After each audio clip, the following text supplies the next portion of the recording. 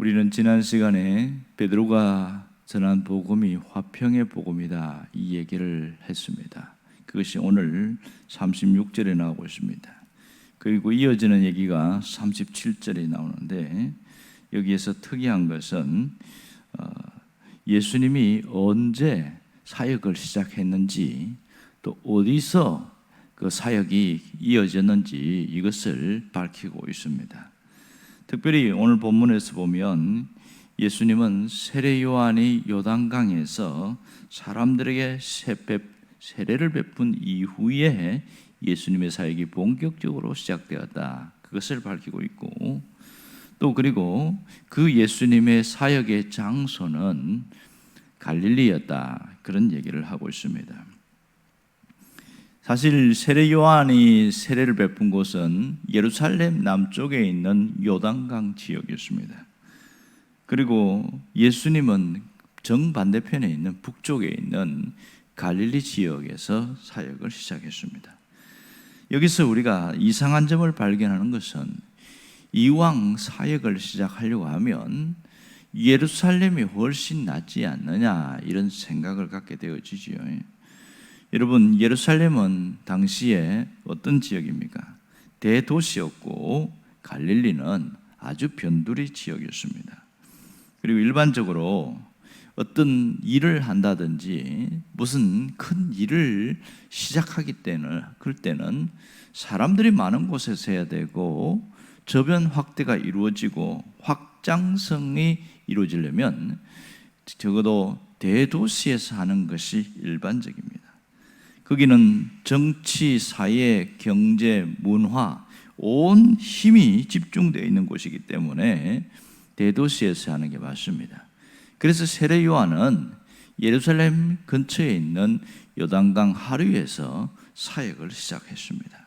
이것은 정말 시의적절하다고 표현할 수 있겠죠.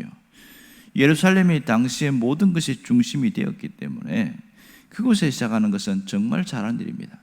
그런데 왜 예수님은 그 예루살렘이 아닌 갈릴리에서 사역을 시작하셨을까요?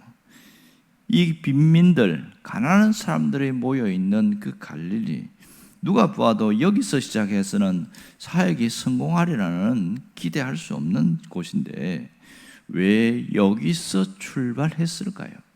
이 점에 우리가 상당히 많은 의문점을 갖게 합니다. 결론적으로 말하면 그것은 예루살렘에 있는 사람들은 대부분 하나님의 말씀을 들을 준비가 되어 있지 않았습니다. 복음을 들을 준비가 전혀 되어 있지 않기 때문에 주님은 그 반대편에 있는 갈릴리에서 시작했습니다. 성경에 보면 말씀을 들을 준비가 되어 있지 않은 자에게 말씀을 전하지 마라. 그것을 돼지에게 진주를 걸지 마라. 그런 표현을 쓴 적이 있습니다. 그처럼 말씀을 들을 준비가 되지 않은 자에는 아무리 주옥 같은 말씀을 전해도 쇠기의 경일기가 되어지겠지요. 그러나 갈릴리에 있는 사람들은 정반대였습니다. 그들은 정말 가난했고 어려웠고 그들은 자기 자신을 의지해서는 아무것도 이루어질 수 있는 것 없기에 오직 하나님을 바라볼 수밖에 없었고 하나님을 의지하며 살아가게 되었습니다. 그래서 메시아 대망 사상이 예루살렘보다는 갈릴리에 있는 사람들이 훨씬 더 강했습니다. 왜냐하면 경제적으로 환경적으로 열악하고 빈곤했기 때문에 주님이 오시기를 원했고 그 주님이 오실 때 우리의 모든 것이 달라질 것이다. 그런 기대감을 갖고 있었습니다. 그래서 주님은 갈릴리에서 시작한 것을 알게 됩니다. 비근한 예로 예수님이 산 위에서 설교한 것을 산상설교라고 하고 그 중에 가장 핵심을 바로 팔복이라고 합니다.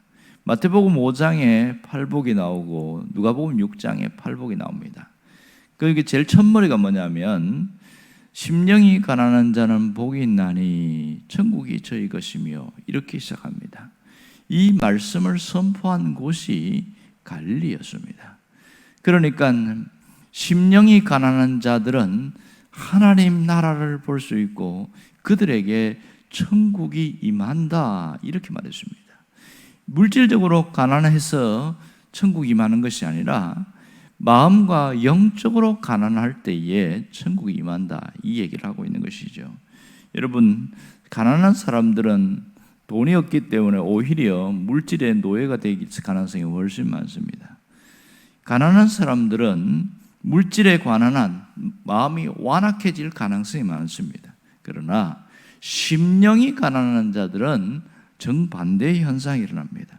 여기서 심령이 가난하다는 것은 내가 의지할 수 있는 분은 오직 하나님밖에 없습니다.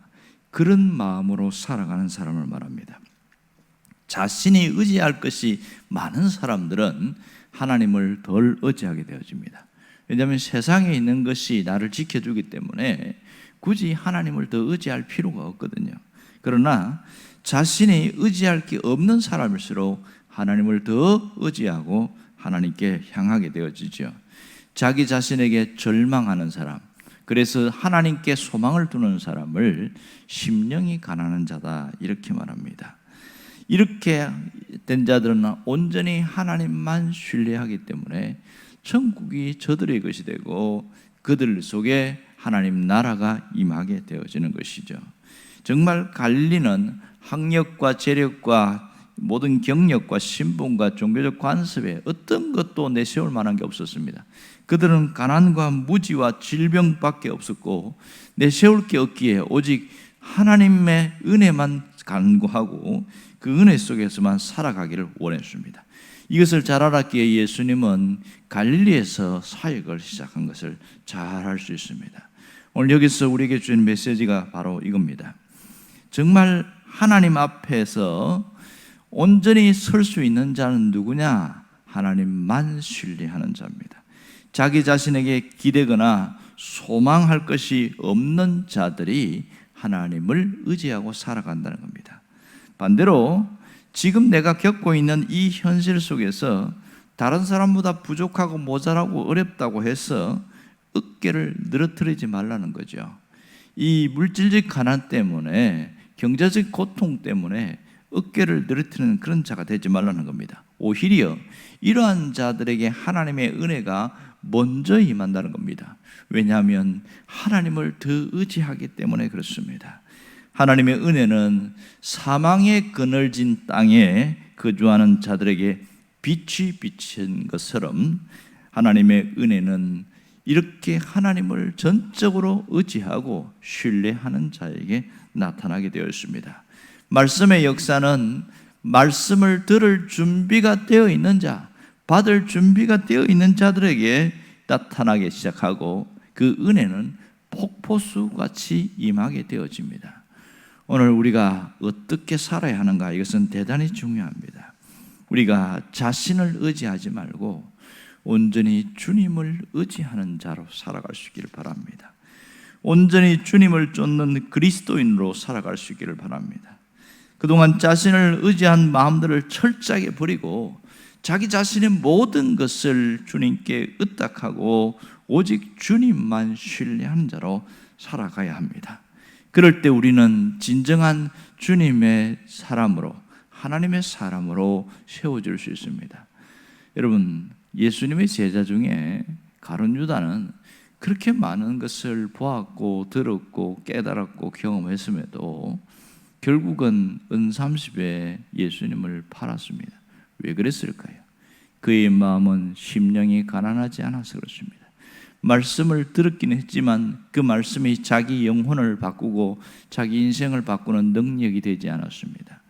많이 듣고 체험하는 것이 중요한 것이 아니라 그 말씀을 붙들고 사는 것이 훨씬 중요합니다. 그래서 가룟 유다는 가장 비극적인 사람이 되었습니다. 그러나 실수하고 잘못하고 그렇게 주님을 저주하면서 부인한 베드로는 자기가 회개하고 돌이켰기 때문에 위대한 사도로 남아 있습니다. 무엇이 그를 바꿨을까요?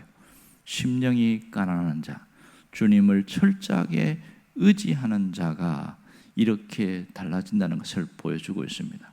오늘 우리는 예수 그리스도 안에 있는 것으로 기뻐할 줄 알고 그동안 자신을 신뢰했던 것을 버릴 줄 아는 그런 자로 살아가야 합니다.